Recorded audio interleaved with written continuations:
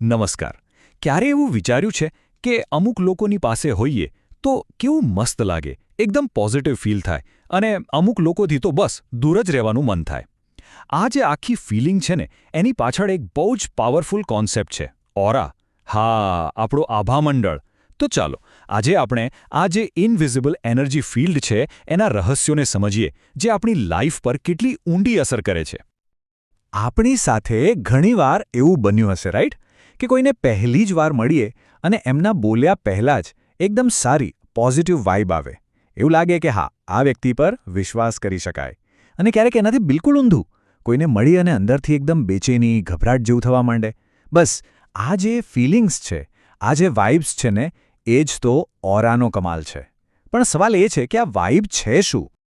તો ચાલો હવે આ વાઇબના રહસ્યને થોડું વધુ ઊંડાણથી સમજીએ. આ જે એનર્જી આપણે ફીલ કરીએ છીએ એને જ આધ્યાત્મિક અને સાયન્ટિફિક ભાષામાં ઓરા અથવા આભામંડળ કહેવાય છે. સમજો કે આ આપણી એક ઇન્વિઝિબલ ઇન્ટ્રોડક્શન છે. આપણે મોઢું ખોલીએ એ પહેલાં આપણી ઓરા આપણી ઓળખ આપી દે છે. તો ચાલો જોઈએ કે આ બધું કામ કઈ રીતે કરે છે. તો ઓરા એટલે શું? સિમ્પલ ભાષામાં કહીએ તો આપણા શરીરની ચારે બાજુ એક એનર્જીનું, એક ઊર્જાનું ક્ષેત્ર છે. અને આ ફિલ્ડ છે ને એ આપણી આખી ઓળખ અને આપણી અંદરની હાલત શું છે એ બધું બતાવે છે. આ કોઈ ખાલી મિસ્ટિકલ આઈડિયા નથી. આ તો આપણી અંદરની દુનિયાનું એકદમ સાચું પ્રતિબિંબ છે. એક એવો ઇન્ટ્રોડક્શન જે દેખાતું નથી પણ બધાને ફીલ થાય છે. અને સૌથી ઇન્ટરેસ્ટિંગ વાત શું છે ખબર છે? કે આ ઓરા કાયમ એક જેવી નથી રહેતી, એ સતત બદલાતી રહે છે. જો આપણે અંદરથી ખુશ હોઈએ, પોઝિટિવ હોઈએ, તો આપણી ઓરા એકદમ બ્રાઇટ અને એટ્રેક્ટિવ હોય છે. પણ જો આપણે દુઃખી કે નેગેટિવ હોઈએ તો એ જ ઓરા ડલ અને સંકોચાયેલી લાગે છે, લોકોને આપણાથી દૂર ધકેલે છે. એટલે જ તો કોઈની પાસે જઈને ફ્રેશ લાગે છે અને કોઈની પાસે જઈને જાણે આપણી બધી એનર્જી જતી રહી હોય એવું ફીલ થાય છે. ઓકે, હવે વાત કરીએ ઓરાના સૌથી ફેસિનેટિંગ પાર્ટની, એના રંગો. હા, તમે સાચું સાંભળ્યું, રંગો. એવું કહેવાય છે કે આપણી ઓરામાં અલગ અલગ કલર્સ હોય છે અને દરેક કલર આપણી પર્સનાલિટી અને આપણી ઇમોશનલ સ્ટેટ વિશે કંઈક ને કંઈક કહે છે. ચાલો આ કલર્સના રહસ્યોને ઉકેલીએ. જુઓ, ઓરાના કલર્સ આપણી આખી સ્ટોરી કહી દે છે.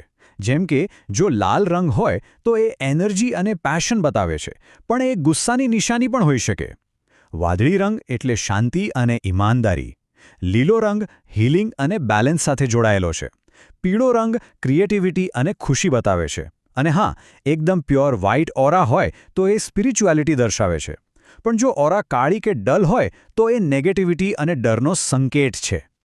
અને એવું નથી કે ઓરા બસ એક જ લેયરની હોય છે. ના, એ મલ્ટીડાયમેન્શનલ છે. એના મુખ્ય 4 લેયર્સ છે.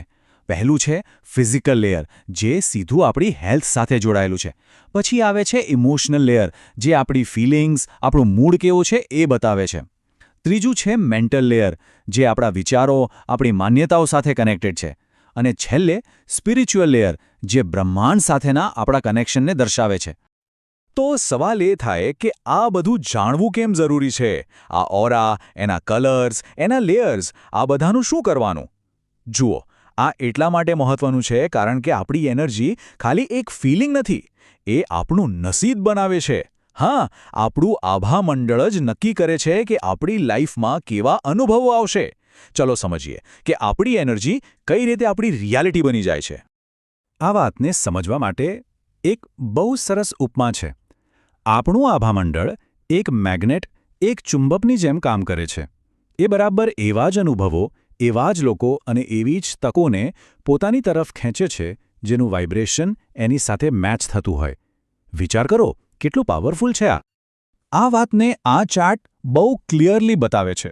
જેમની ઓરા પોઝિટિવ અને બ્રાઇટ છે એ લોકો સક્સેસ, સારી હેલ્થ અને સારા રિલેશનશિપ્સને જાણે કે સહેલાઈથી અટ્રેક્ટ કરી લે છે. અને જેની ઓરા નેગેટિવ છે એમના માટે આ જ બધી બાબતોમાં મુશ્કેલીઓ અને અવરોધો આવતા રહે છે. એટલે કે આપણી એનર્જી જ આપણી લાઈફની ક્વોલિટી નક્કી કરે છે. આપણે બધાએ આવા લોકોને જોયા છે જે બહુ બોલતા નથી, પણ એમની હાજરી જ પૂરતી હોય છે. એમની પર્સનાલિટી એટલી પાવરફુલ લાગે છે. કેમ? કારણ કે એમની ઓરા એટલી સ્ટ્રોંગ અને પોઝિટિવ હોય છે કે એ સામેવાળામાં આપોઆપ વિશ્વાસ અને રિસ્પેક્ટ પેદા કરે છે. આ જ તો છે અસલી કરિશ્મા, પર્સનલ મેગ્નેટિઝમ. પણ અહીંયા એક ગુડ ન્યૂઝ છે. એ છે કે આપણે આપણી ઓરાના માલિક છીએ. એ આપણા કંટ્રોલમાં છે. આપણે ધારીએ તો એને મજબૂત અને એકદમ બ્રાઇટ બનાવી શકીએ છીએ. તો અત્યાર સુધી આપણે કેમ એ સમજ્યા, હવે આપણે કેવી રીતે એ સમજીશું. ચાલો એવી કેટલીક પ્રેક્ટિકલ અને પાવરફુલ મેથડ્સ જોઈએ જેનાથી કોઈપણ પોતાની એનર્જીને ટ્રાન્સફોર્મ કરી શકે છે.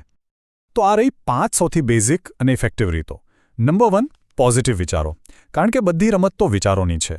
નંબર 2, મેડિટેશન અને યોગા, આ મનને શાંત કરીને એનર્જીને બેલેન્સ કરે છે. નંબર 3, નેચર સાથે કનેક્ટ થાઓ, કુદરતની પ્યોર એનર્જીને એબ્ઝોર્બ કરો. નંબર 4, સારી કંપની, સારી સોબત રાખો, કારણ કે આપણી આસપાસના લોકોની એનર્જી આપણને બહુ અસર કરે છે. અને નંબર 5, સેવા અને દયા, નિસ્વાર્થ ભાવે કરેલા કામ આપણી એનર્જીને ક્લીન કરવાનો બેસ્ટ રસ્તો છે. અને આ તો ખાલી શરૂઆત છે.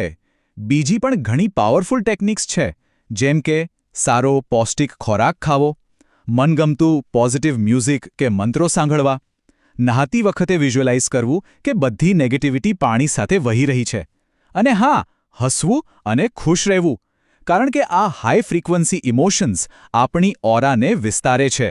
અને સૌથી ઉપર ગ્રેટિટ્યૂડ, એટલે કે કૃતજ્ઞતા. આ તો અલ્ટિમેટ હાઈ વાઇબ્રેશન પ્રેક્ટિસ છે, જે આપણને સીધા યુનિવર્સની પોઝિટિવ એનર્જી સાથે જોડી દે છે.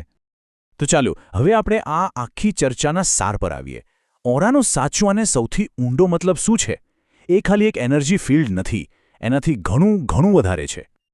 આ એક વાક્ય આખી વાતનું નિચોડ છે. આભામંડળ કે એક એનર્જી ફિલ્ડ નથી, એ તો આપણી આત્માનો અરીસો છે. જેવું આપણી અંદર હશે એ જ આ અરીસામાં દેખાશે. આપણા વિચારો, આપણી લાગણીઓ, આપણા કર્મો, બધું જ એમાં સ્પષ્ટ દેખાય છે. એટલે જ્યારે આપણે આપણી ઓરા પર કામ કરીએ છીએ, ત્યારે આપણે ખાલી આપણી એનર્જી નથી સુધારતા. આપણે ખરેખર એક સેલ્ફ ડિસ્કવરીની, એક આત્મસુધારણાની જર્ની પર નીકળીએ છીએ. આ જર્ની આપણને શીખવે છે કે આપણી અંદરની દુનિયાને બેલેન્સ કરીને આપણી બહારની દુનિયાને કેટલી સુંદર બનાવી શકાય છે.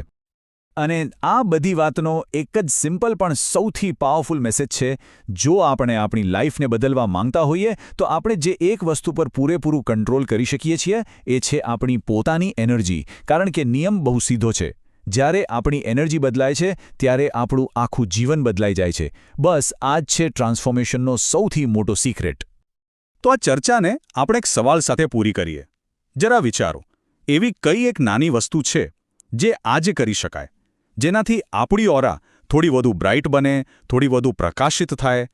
કારણ કે યાદ રાખજો, જ્યારે આપણી ઓરા ચમકે છે ને, ત્યારે આખી દુનિયા આપણને એક અલગ જ રોશનીમાં જુએ છે.